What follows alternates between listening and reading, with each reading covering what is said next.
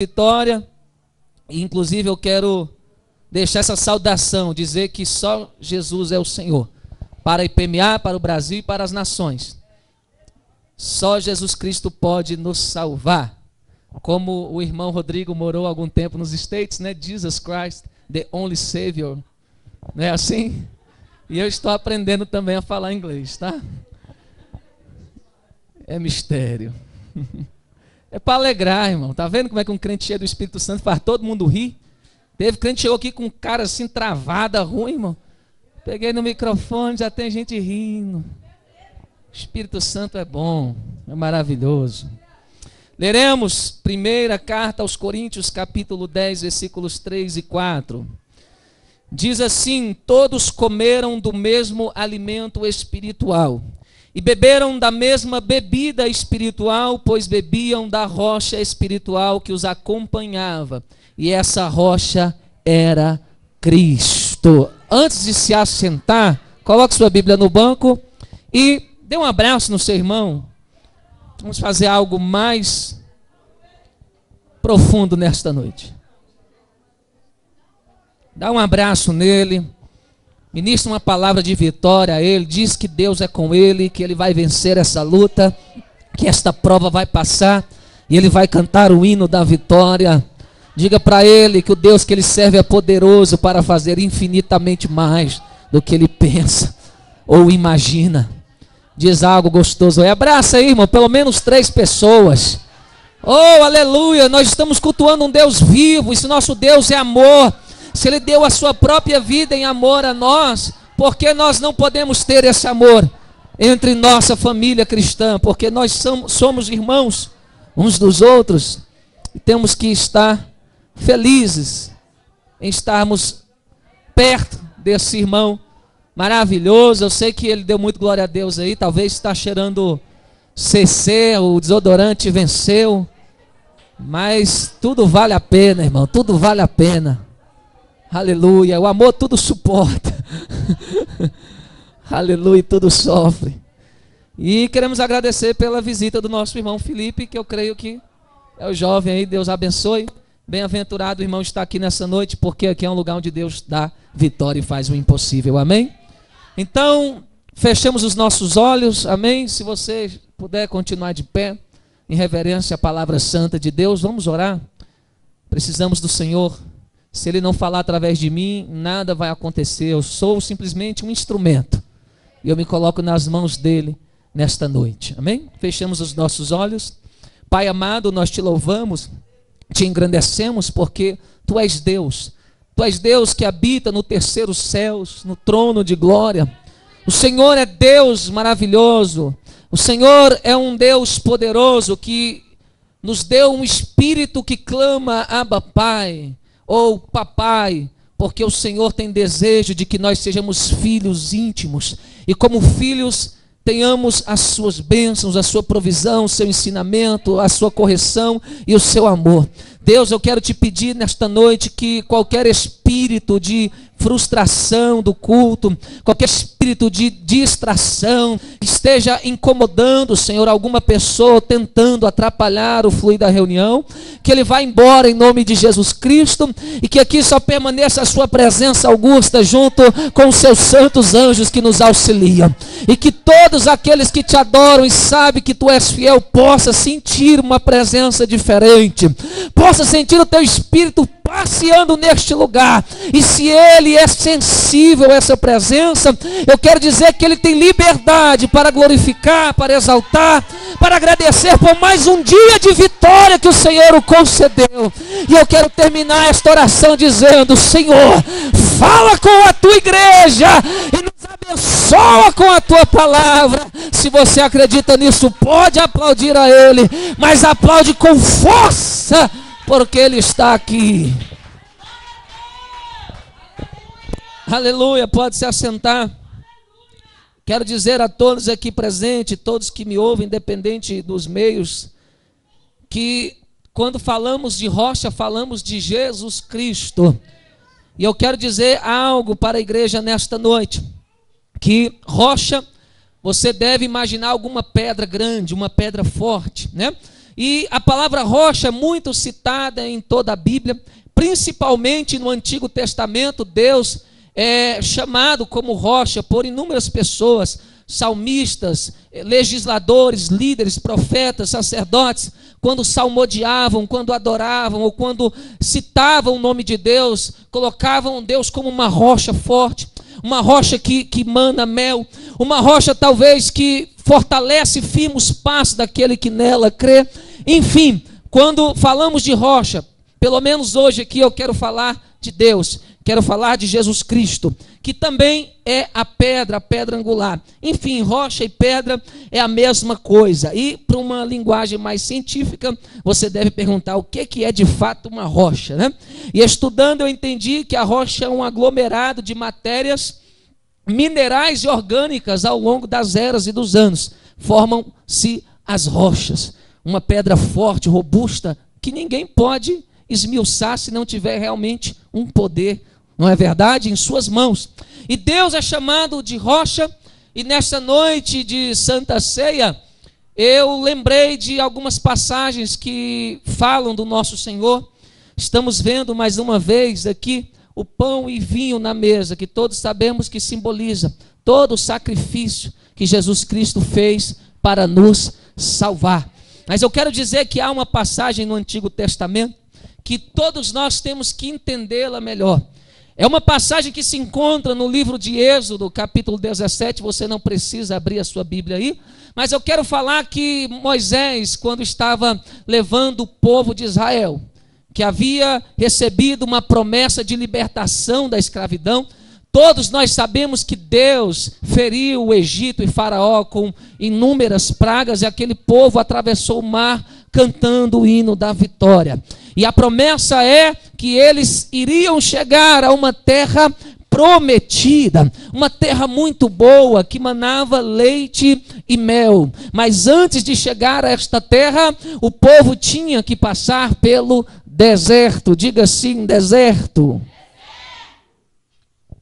Eu quero ouvir só os homens nesta noite, deserto. Agora as mulheres. Agora os homens. E as mulheres novamente. Ó, os homens podem aumentar o volume aí, porque o volume das mulheres estão calibrado aí. Estão pentecostais, hein? Pois bem, passando pelo deserto, o povo sentiu sede. E quando eles sentiram sede, eles estavam num lugar chamado Refidim. E neste lugar eles começaram a colocar o Senhor à prova. Começaram a se rebelar, porque era um povo que só dava glória a Deus quando Deus dava alguma coisa para eles. E eu creio que não tem gente assim hoje, né? Porque naquela época era difícil. Se Deus demorasse um pouquinho para dar alguma coisa, já estavam murmurando, rebelando, dizendo que iam voltar para o Egito, que não queriam saber de terra prometida e muito menos de Deus. E esse povo começa a colocar o Senhor à prova e se rebelar, tanto que Moisés chamou aquele lugar de Massá e Meribá. Massá significa lugar da provação, e Meribá, lugar de rebeldia e rebelião. E naquela revolta, todo o povo murmurando, a ponto de apedrejar Moisés, porque não tinham água para beber. Moisés vai clamar ao Senhor e diz: esse povo vai me matar, eles querem água, nós estamos em meio a um deserto, eu não sei o que fazer. Aí Deus diz a Moisés: olha Moisés, faz o seguinte, cadê aquela vara, aquele cajado ao qual eu mandei você tocar nas águas, e as águas se abriram como muro à esquerda, como muro à direita. E Moisés disse: o cajado está aqui. Pois bem, vá à rocha, eu ficarei mais em cima, e você fira a rocha uma vez, e dela sairá água. Agora, para saber se você está entendendo o que eu estou falando, Deus mandou Moisés ferir a rocha quantas vezes? Eu não ouvi. Quantas vezes? Pois bem, foi essa a ordem de Deus. Moisés, como homem obediente, como servo do Senhor, vai à rocha, chama as autoridades presentes, chama todo o povo e diz: ponto, aquietai, porque já já vai ter água para vocês. E quando Moisés fere a rocha com o cajado, sai água da rocha e sacia a sede daquele povo. E você deve perguntar: pastor, o que tem a ver um culto de Santa Ceia, um culto que nós deveríamos estar falando de de Jesus com água saindo da rocha? Eu vou te explicar, pois aquela passagem já tipificava a vinda de Cristo e o seu sacrifício, porque temos que entender que aquela rocha era Jesus, e temos que entender que porque, como assim saía a água da rocha, Deus estava dizendo: um dia enviarei o meu filho, e dele sairá rios de águas vivas, que saciarão a sede da humanidade. Sede de que dinheiro não sacia, sede que mulher não sacia, sede que fama ou outra coisa dessa terra não sacia. A sede espiritual da nossa alma, que está morta, que está seca por causa do pecado. Só Jesus Cristo de Nazaré, aleluia, pode saciar a sede da humanidade. E neste dia Deus estava querendo dizer isso, em outras palavras, para Moisés e para todo o povo. E logo passando por aquele lugar, o povo se alegrou, saciou-se, ficou feliz. Só que mais à frente, um pouco mais perto da terra prometida, eles voltaram a ter sede. Isso está escrito no livro de Números, capítulo 20. E eles estavam no lugar chamado Cádiz, e nesse lugar eles voltaram a ter sede. E sabe o que eles fizeram? A mesma coisa, começaram a provocar o Senhor. E Moisés deu o nome de novo, deu o nome daquele lugar de Meribá, porque eles já estavam se rebelando novamente. E quando eles se rebelam e começam a dizer coisas absurdas, irmão, porque crente, quando está rebelde, sabe dizer coisa absurda para Deus. Ainda bem que Deus é Deus e não é homem, porque se Deus se ferisse e desistisse de te ajudar, te abençoar por causa das palavras que você fala, irmão, você estava perdido. Porque quando a gente está rebelde, a gente fala coisa que não tem nada a ver. Eu fico pensando, hoje em dia, culto de Santa Ceia, e para tomar ceia, irmão, temos que estar purificados pelo sangue de Jesus, temos que ter deixado de fato essas águas nos ter limpado e lavado de tudo que não presta. Porque eu não entendo pessoas que chegam aqui na igreja e começam a dar glória a Deus, a adorar, começam a participar de algumas atividades, mas de repente quando acontece alguma coisa que não é do jeito que ele queria, ele começa a virar a cara, fica emburrado, falta culto, não dá satisfação. Daqui a pouco quando a gente olha, já está em outra igreja. E eu não entendo que amor é esse, amor de neblina, porque se Deus nos amasse dessa forma, nós estaríamos perdidos. Ei, irmão, seja um crente mais sincero, seja um crente mais verdadeiro, tira essa falsidade da sua vida, para de desistir porque qualquer coisa aconteceu na sua vida. Seja uma pessoa mais íntegra, mais madura, porque Deus quer te fazer uma pessoa madura,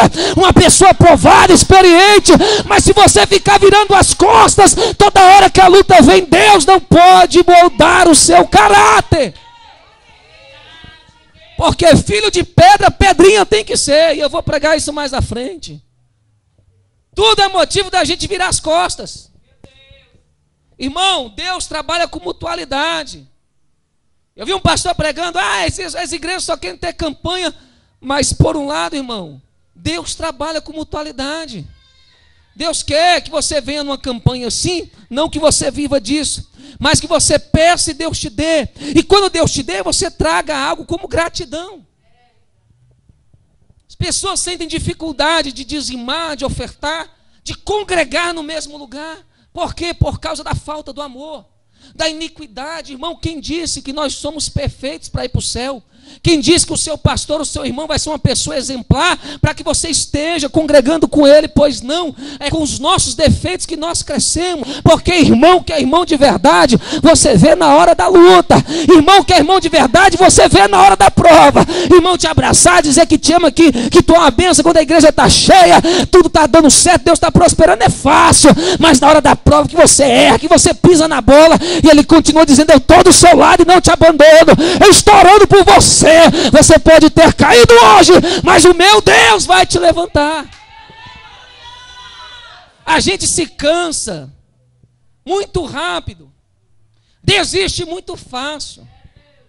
E aquele povo estava desistindo de uma promessa tão grande, a ponto de querer voltar a ser escravo.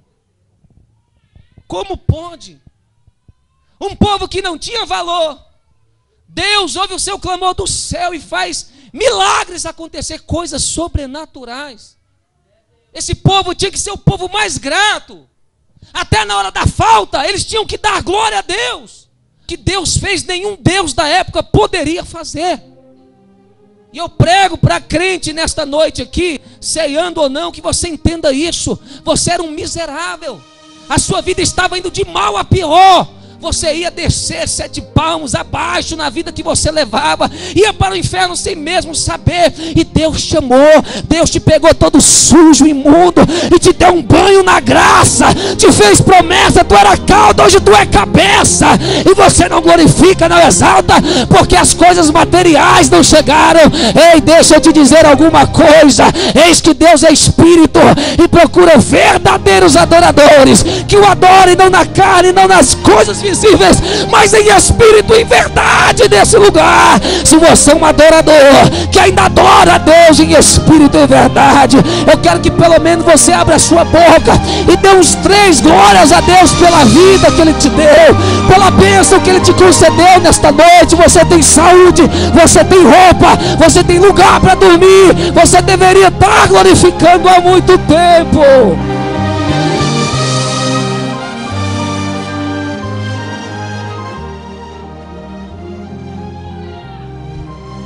Aleluia.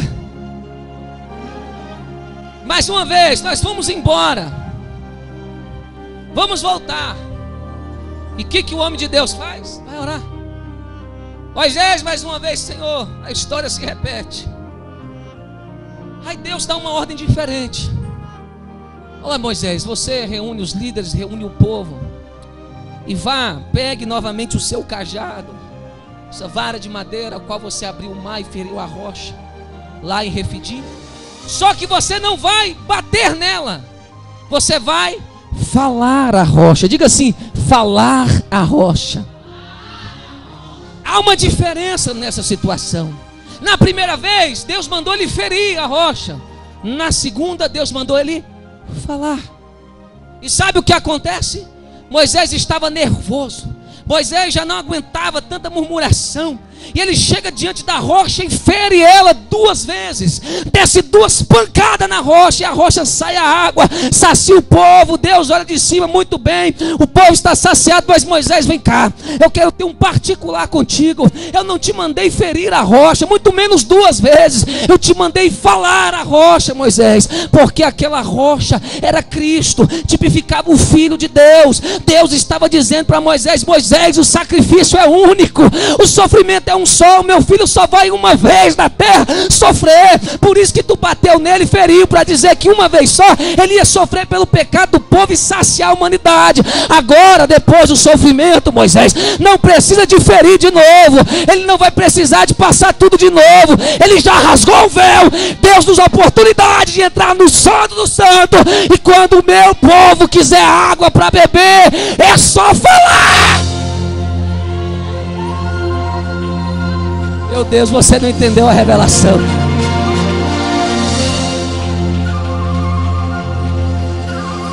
Aleluia! Ei, igreja, para de bater em Jesus. Ele já sofreu. O sacrifício dele foi perfeito, e diz a Bíblia que ele nos deu tudo que diz respeito à vida e a piedade. Ele já foi ferido. E como ele foi ferido, ele se tornou a rocha verdadeira que sacia a nossa sede. E agora, quando quisermos alguma coisa, quando quisermos ser saciados, basta somente falar. Falar. O véu foi rasgado. Não precisa de sumo sacerdote uma vez ao ano para interceder por você. Ei, você não precisa ficar mendigando oração de pastor. Deus te ouve. É só falar.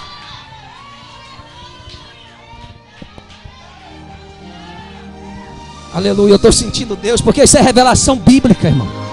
Isso aqui eu aprendi do Senhor, e não me vergonho das coisas que Ele me ensina. Vocês estão recebendo essa revelação de primeira mão, irmão. Aleluia, vocês são privilegiados, porque Deus está falando a um Deus que ouve. Diga para o seu irmão: há um Deus que ouve, há um Deus que ouve. Diz para ele: aleluia. E esse Deus está aqui. E eu disse o quê? Que filho de pedra, pedrinha, Lá no livro de Mateus, o que acontece? Jesus está com os discípulos. Estou sentindo Deus aqui. Aleluia. E ele diz assim: quem dizeis a respeito do Filho do Homem? Quem eles dizem que eu sou?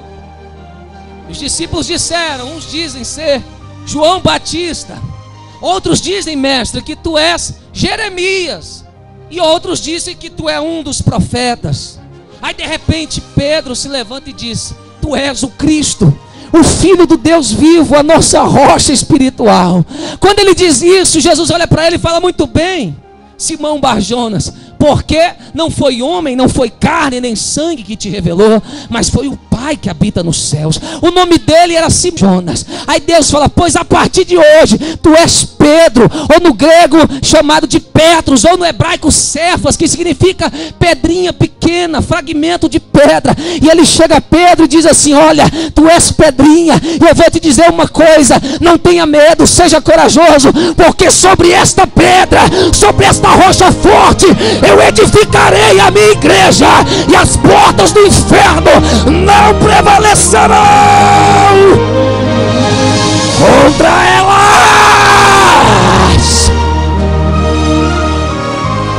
Ei, tu és Petros, tu és Cefas, tu és essa pedrinha que sobre Cristo, a pedra angular, a pedra que os construtores rejeitaram. Deus diz que as portas do inferno não prevalecem contra você. Ou seja, vai ter sempre água para saciar a tua sede, vai ter sempre água para te ajudar. Bate no peito e diz assim: eu sou Pedro. Diz assim: eu sou Pedro. Diga com fé: eu sou Pedro. E sobre esta igreja as portas do inferno não prevalecem.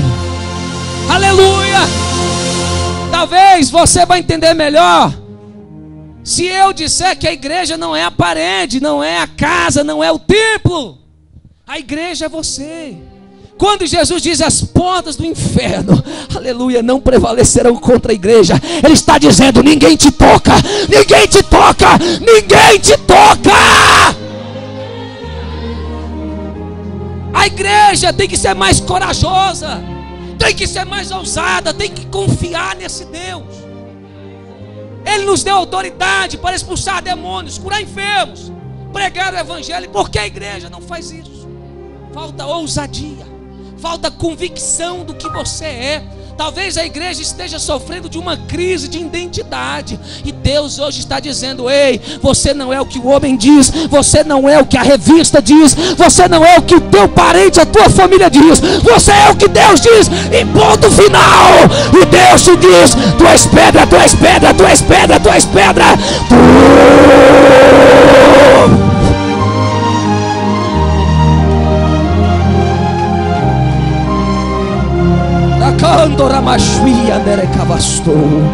aleluia. Eu sinto uma brisa de Deus vindo aqui. E ao mesmo tempo que essa brisa está chegando, eu sinto pelas costas aqui, eu vejo uma boca grande soprando e fazendo essa brisa aí em cada pedrinha aí, em cada brasinha. E eu vejo aqueles que são sensíveis como carvão, que quando você assopra e faz, ele acende. E quando você assopra ele faz, ele acende, ele acende. Deus está acendendo pessoas aqui nesta noite. Deus está avivando pessoas para que a sua vida não seja mais a mesma. Aleluia. Deixa ele te acender, deixa essa pedra pegar fogo e mostrar quem você é, para que o inferno saiba que há uma autoridade sobre nós. E quando Jesus diz isso, e em muito tempo de comunhão com a igreja, nós sabemos que ele vai para o lugar determinado, que é a sua cruz. Diga assim: cruz. Como você vê aqui no banner, a cruz, o objetivo principal de Jesus Cristo, ser ferido como aquela rocha no deserto, para saciar a nossa sede eterna. E quando Jesus está indo rumo à crucificação, sabemos que ele ceiou Na última ceia ele falou: olha, este é o pão que significa o meu corpo, este é o vinho que significa o sangue que será derramado. E não beberei do fruto até que não beba com vocês novamente lá no céu. Essa reunião é nada mais, nada menos do que a lembrança de que nós somos de Cristo Jesus. E Jesus falou: aquele que não ceia não tem parte comigo. Quando Deus está falando isso, Ele não está dizendo a você simplesmente: então eu vou comer o pão e beber um suco. Não. Quando Ele diz que aquele que não ceia, aquele que não anda em comunhão, aquele que não lembra do sacrifício e guarda a sua vida do pecado aí fora, aquele que não se mantém, aleluia, livre do pecado aí fora, não pode cear com Ele. Então, quando nós estamos participando nesta noite, nós estamos renovando a nossa lembrança lá naquele Gólgota, quando Ele deu a sua vida voluntariamente para que nós não descêssemos ao Hades eterno. E sabemos que Jesus foi pego de surpresa, e quando ele é esbofeteado, passa-se pelo julgamento no Sinédrio, pela mão de Pilatos, e de repente já está sobre a custódia de Herodes, e volta para Pilatos novamente. Enfim, nós sabemos de toda aquela humilhação, cuspe, zombaria, esbofeteadas. Enfim, ele sofreu muito, até o ponto que ele foi dilacerado através das chicotadas, daquelas centenas de cortes que estavam em seu corpo. E eu quero dizer que Jesus, naquele sofrimento, ele leva a cruz. A cruz não era a cruz inteira que você vê nos filmes, não, era só aquela haste horizontal que eles levavam, porque a principal, aliás, eles levavam uma espécie de patíbulo, porque a madeira principal já ficava no lugar. E só que nós sabemos que Pilatos, quando foi para crucificar a Jesus, era dia de Páscoa, e ele deu uma proposta. Temos aqui Barrabás e temos aqui Jesus, o Nazareno. E ele perguntou: vocês querem que eu solte quem? E aí a gente pensa que simplesmente por causa que era Páscoa, era ritual, era cultura, soltar um preso, que Pilatos deu aquela oportunidade de soltar Jesus. Mas a verdade não era essa. Sabe o que tinha acontecido? A cruz era fabricada uma semana antes da condenação. Ou seja, Jesus foi pego em cima da hora. Não deu tempo de fazer cruz para Jesus. E Pilatos falou: meu Deus, tem um homem a mais, não tem cruz para crucificar ele, eu vou ter que soltar um. E a multidão escolhe quem? Barrabás. E a cruz que era para Barrabás vai para quem? O que Deus está falando com isso?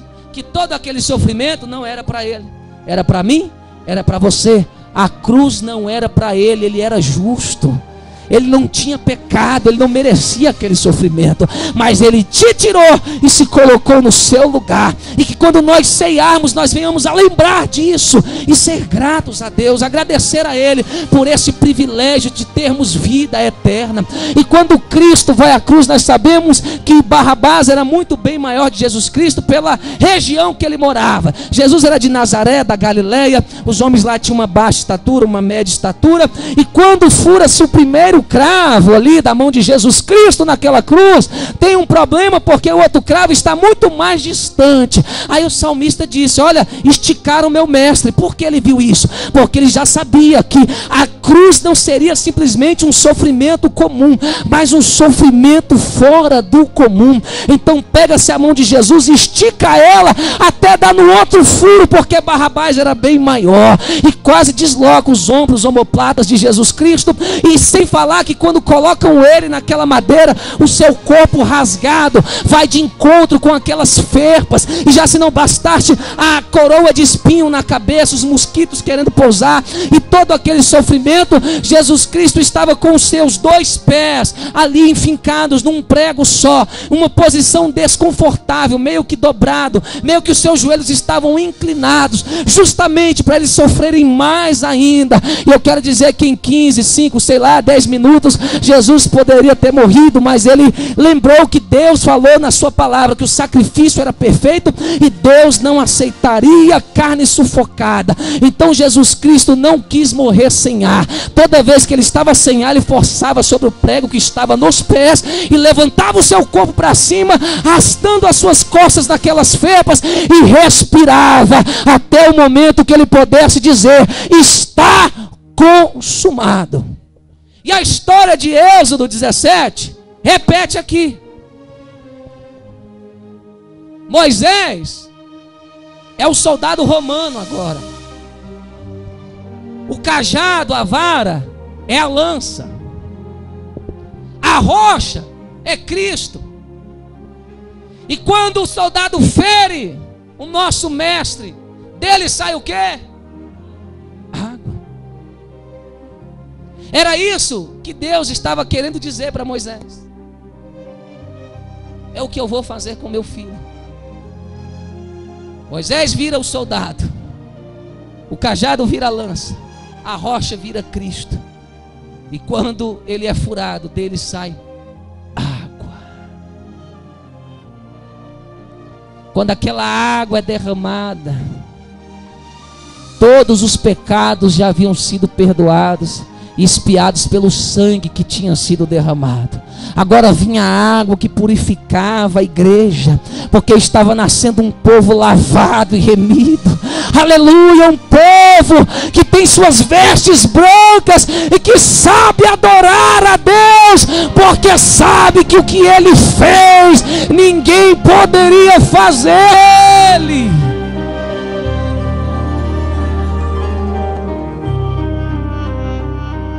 Cristo, a nossa rocha, firmou-me os meus pés sobre a rocha. O meu Deus é uma rocha forte. Eu sou a pedra angular, e aquele que tropeçar nela será esmiuçado, e aquele a quem ela cair sobre ele será reduzido a nada. Deus está falando. É melhor você beber da água da rocha do que se opor a esta rocha. Quem não aceita essa rocha não prevalece. Quem não aceita viver nos mandamentos dessa rocha não pode prevalecer. Hoje é a noite que Deus quer que você quebrante o seu coração. Saia daqui mais humano, mais sensível. Para com isso de ficar dando trabalho. Você já é bem grandinho para isso. Para de ser crente pirulito, balinha. Aprenda a carregar a sua cruz. Aprenda a viver Cristo Jesus como se fosse o último dia. Deus deu seu Filho único para que todo aquele que nele crê não pereça, mas tenha vida eterna. E a condenação é esta: quem não crê no Filho de Deus, no único Filho de Deus, já está condenado. Mas quem crê não está condenado, porque crê no unigênito de Deus. E o que é crer, igreja? É ser pragmático. É que o seu cristianismo saia da teoria e entre na prática. Porque Deus está cansado de falsa adoração, de falso cristianismo. Estava no estado do Goiás, aqui próximo, em uma obra, e eu conversei com um homem, que assim que a gente chegou, já estou encerrando a mensagem, mas quero contar esse testemunho, porque eu estou falando de uma água que todo aquele que beber dela nunca mais será o mesmo. Deus não quer mais gente na religião. A religião já o matou e continua matando todo aquele que nela fica. Deus quer que você tenha um encontro verdadeiro com Ele. Não seja um frequentador de igreja, um vestidor de roupa de crente. Seja um cristão autêntico. E nessa obra a gente foi visitar uma pessoa. O evangelista Willis está aqui de prova, que eu não minto. E quando eu orava por essa vida, havia um homem do lado, observando, e ele começou a chorar. E ele chorando, e ele disse: paz do Senhor, o senhor é pastor? Eu falei: sou, pela graça e misericórdia, mano, porque a gente, todos nós somos pecadores, né? E ele: o senhor estava passando por aqui e resolveu? Eu falei: não, eu vim justamente no propósito de fazer esta obra. Eu não vim passear, não, vim para isso mesmo. E ele, com o olho cheio de lágrimas, ele falou: é lindo quando a gente sente Deus. Quando o Senhor estava falando em oração para este jovem, que ele havia passado pelo vale da sombra e da morte, o Senhor sabia, o Senhor soube o que aconteceu com ele meses atrás. Eu falei: não sei de nada, não tenho contato com ele, anos sem contato. Pois ele quase morreu afogado em um mar. Eu vi como Deus é verdadeiro, como Deus fala, como Deus nos socorre, nos ajuda. E ele disse: olha, pastor, eu fui da igreja do reverendo Moon muitos anos, e eu fui enviado em uma missão, e tive que aprender a Bíblia, e aprendi ela em um ano. Comecei em janeiro de um ano e terminei em janeiro do outro. Isso aí já é para você rever os seus conceitos como cristão. Em um ano eu li toda a Bíblia e aprendi ela, e comecei a ir às igrejas evangélicas. E eu falei: que bênção. Ele: não, pastor, eu não fui para a igreja para buscar Deus. Eu fui na missão de tirar as pessoas de dentro da igreja, aqueles que não dão crédito à palavra do pastor, aqueles que ficam brincando de crente. Eu entrava, eu aplaudia, eu adorava, eu até fingia que aceitava Jesus, mas aí começava a fazer amizade com ele, e eu usava a Bíblia para distorcer a verdade, e eu, usando a própria Bíblia, eu derrubava os crentes. E eu fiquei assustado. Eu falei: meu Deus, os espiões de Satanás estão atuando contra a igreja. E ele disse: eu tirava pessoas da igreja facilmente. Eu via que elas estavam balançando na fé, não queriam nada com Deus, e jogava aquelas palavras de dúvida, distorcia o que o pastor pregava, e acabava que ela virava a cabeça e saía. Mas um dia, aleluia, tem tudo a ver com a palavra de hoje, comecei a ouvir uma voz. Eu estava no meu templo com a minha cabeça rapada, fazendo as minhas preces, as minhas rezas, e eu comecei a ouvir uma voz dizendo que estava me chamando. Eu olhava para um lado, para o outro, eu falei: eu estou ficando doido? Não tem ninguém me chamando aqui? E essa voz continuou a chamá-lo, segundo ele, até o momento que essa pessoa disse: eu sou Jesus. E ele começou a ouvir essa voz mais frequentemente, e essa voz dizendo que estava o chamando, que ele era dele, que tinha uma grande obra. Ele começou a sentir uma coisa diferente, e ele já estava com esse nome na boca, o qual antes odiava, não cria como Deus, já estava falando de Jesus, Jesus, Jesus, Jesus, Jesus. E nas reuniões lá no templo dele, naquela muralha impenetrável, na hora de citar o nome de outros deuses ou alguma coisa parecida, ele citava Jesus. Aí o seu companheiro do lado olhava para ele: o que é que você falou? Não falei nada, não. E ele disse que continuava a oração, de repente, não sei o que lá, e Jesus ouviu o que você está falando. Ele começou a ficar perturbado. Ele mudou de cidade por causa dessa voz. Mas aonde ele ia, a voz dizia: eu estou te chamando, e eu sou Jesus. Foi mexer com o povo errado, irmão. Só você mesmo, que Deus não muda a tua vida por causa da tua incredulidade, porque até o filho diabo que entra para destruir sai convertido, porque quem bebe dessa água,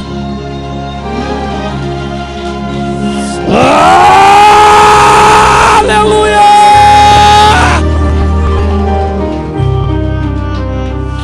esse Deus é vivo. Eu fui para um hotelzinho, já estava sem dinheiro, uma pensãozinha, sei lá o que. Ele disse: tinha uma mulher lá. Eu não sabia, pastor, mas ela era evangélica. E ela chegou assim para mim: ó, tá aqui a hospedagem do seu quarto. Eu não assisto televisão, não gosto de novela, tá? Só tem um radinho aí, você nem está funcionando. Se quiser, amém. Ele: amém, glória a Deus, que eu não quero saber de nada, eu quero ficar trancado. Quando ele chega no quarto, ele: deixa eu ligar. Quando ele disse que ligou o rádio só funcionava a rádio evangélica. Aí quando ele ligou o rádio, o pastor, o pregador na rádio: eu estou te chamando. Ele desligou. Oh, meu Deus. Ele ficou assustado, tremendo. Aí ele ficou agoniado: não, isso deve ser coincidência, deixa eu ligar de novo. Deus está falando aqui, igreja. Deus, ele faz coisas grandes, mas é a nossa fé. E ele liga o rádio de novo e diz: não adianta você fugir. Ele desligou. Meu Deus, só falta dizer que é Jesus.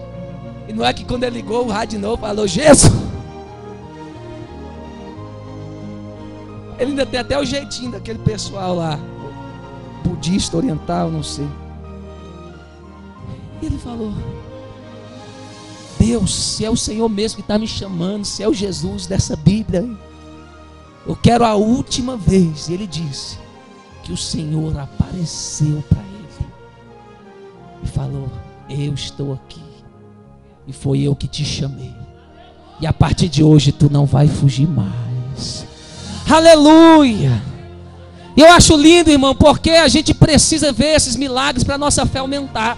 Porque a gente se torna um povo egoísta, religioso, só quer pra gente, só quer Deus para nos dar as coisas, não tem capacidade nem de falar mais do amor de Jesus Cristo para os perdidos. Aí quando chega uma pessoa dessa, a gente ainda discrimina, fala: meu Deus, que pessoa estranha é essa? Não entende o chamado de Deus, porque havia um homem chamado Paulo, que era perseguidor da igreja, e Deus mandou Ananias ungir ele. Ananias olhou para Deus e falou: Deus, mas tu sabe quem ele é, perseguidor, matador. E Deus falou: não interessa quem ele é, ele para mim é um vaso escolhido, e eu vou fazer dele uma nova criatura. Ei, os homens olham o teu passado, mas Deus conhece o teu presente e vai mudar o teu futuro. Vai mudar, porque Ele é Deus. Não fique estagnado, irmão. Não se acomode de sentar num banco: eu sou crente. Não. Deus tem coisas grandes para fazer em você e através de você. Mas tem que deixar essa água entrar no seu ser, limpar esse coração petrificado, envolvido pelas coisas deste mundo.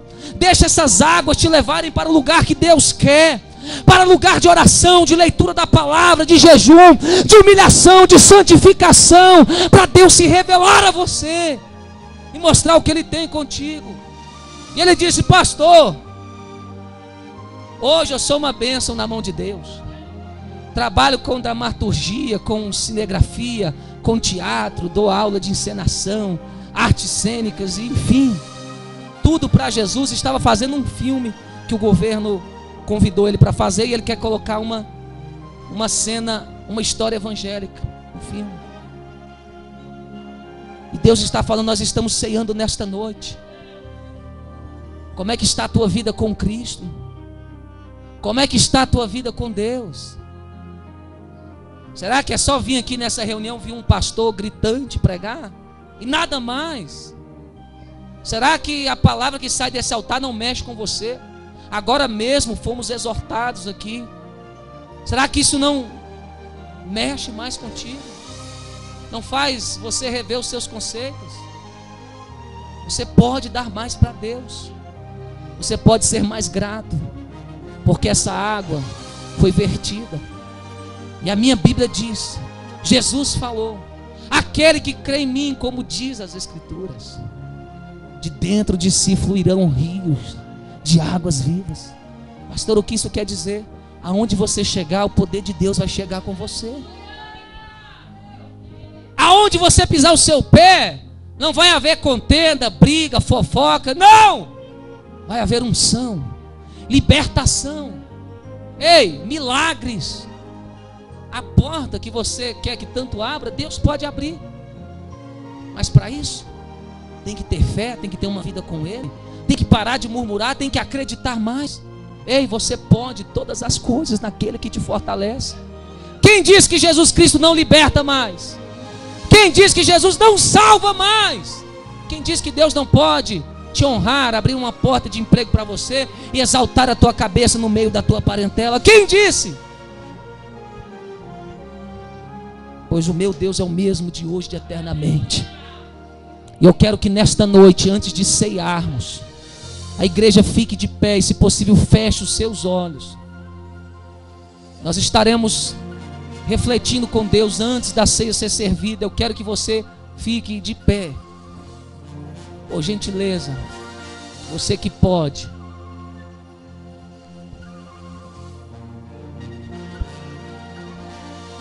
Eu quero que você curve a sua cabeça por alguns instantes e feche os seus olhos. Eu quero que você coloque diante de Deus Aonde tem sido a sua provocação a Deus? Aonde você tem se rebelado contra Ele? Porque todos nós sabemos onde erramos. Errar é humano, então nós conhecemos que erramos. Com sua cabeça curvada, seus olhos fechados, se é que você quer receber o que Deus tem para te dar nesta noite. Coloque diante de Deus. Qual tem sido a sua muralha que tem te afastado do Senhor? Deus não te quer esmiuçado. Deus não te quer reduzido a nada. Deus te quer saciado. Deus está falando para vidas aqui. Deus te visita com a presença dEle. Deus te deu unção. Mas você cai porque há brechas que têm que ser tampadas em sua vida. Você não pode servir a Deus aqui dentro e o mundo lá fora. Ei, saia da prostituição. Ei, não aceite a sua família prostituindo, pecando debaixo do seu teto, sem falar nada. Vigie com suas palavras. Peça a Deus para mudar o seu falar. Ei, pare de murmurar. Talvez seja isso. Sempre você se encontra reclamando de barriga cheia.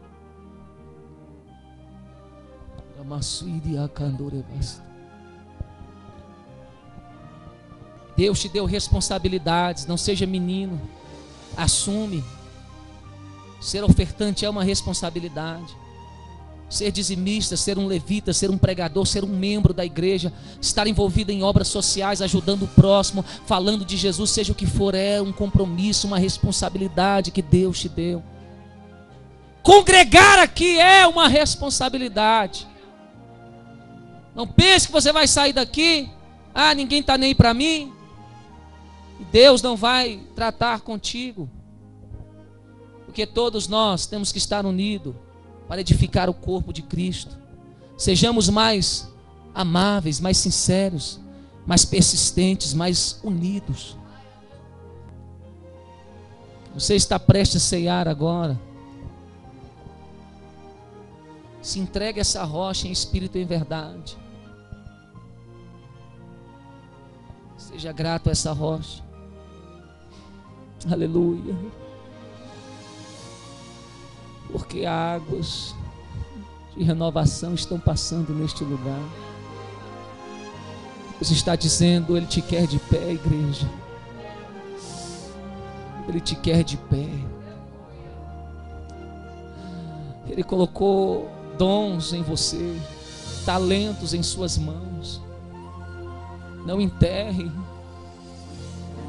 Seja aqui dentro, seja lá fora, cumpra o seu papel.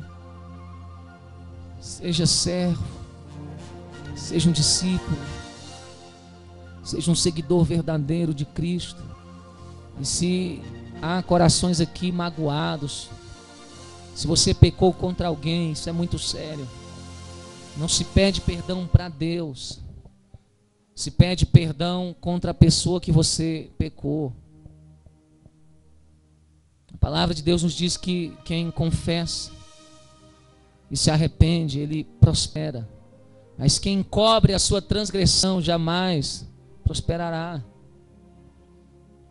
Deus está falando, você que vai cear esta noite, se você pecou contra o seu irmão, se reconcilie com ele. Se você pecou contra Deus, peça perdão para Ele agora, porque Ele está nesse lugar. Eu profetizo que Deus está tirando essa pedra de incredulidade em muitos corações. Sabe por que você não consegue estar aqui no culto para adorar a Deus? Sabe por que o seu ministério não rompe? Sabe por que aquilo que você busca às vezes não chega? Porque falta mais amor, mais intensidade. Se você não tiver amor em estar aqui, quem vai te motivar a estar, irmão? Levitas, pregadores, se você não amar, se você não tiver sede por isso, quem é que vai te incentivar a estar aqui? Igreja do Senhor Jesus, deixa Jesus Cristo colocar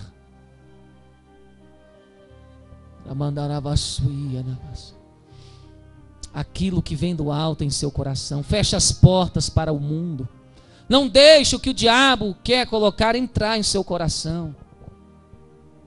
Deixe somente as águas do Espírito te lavar. Porque aquele que morreu, que expirou, ao terceiro dia ele ressuscitou. Ele está dizendo: assim como eu tenho vida, eu também dou vida à minha igreja. Receba vida na sua alma, receba vida no seu lar, receba vida no seu corpo físico, receba vida no seu ministério, receba vida em nome do Senhor Jesus Cristo.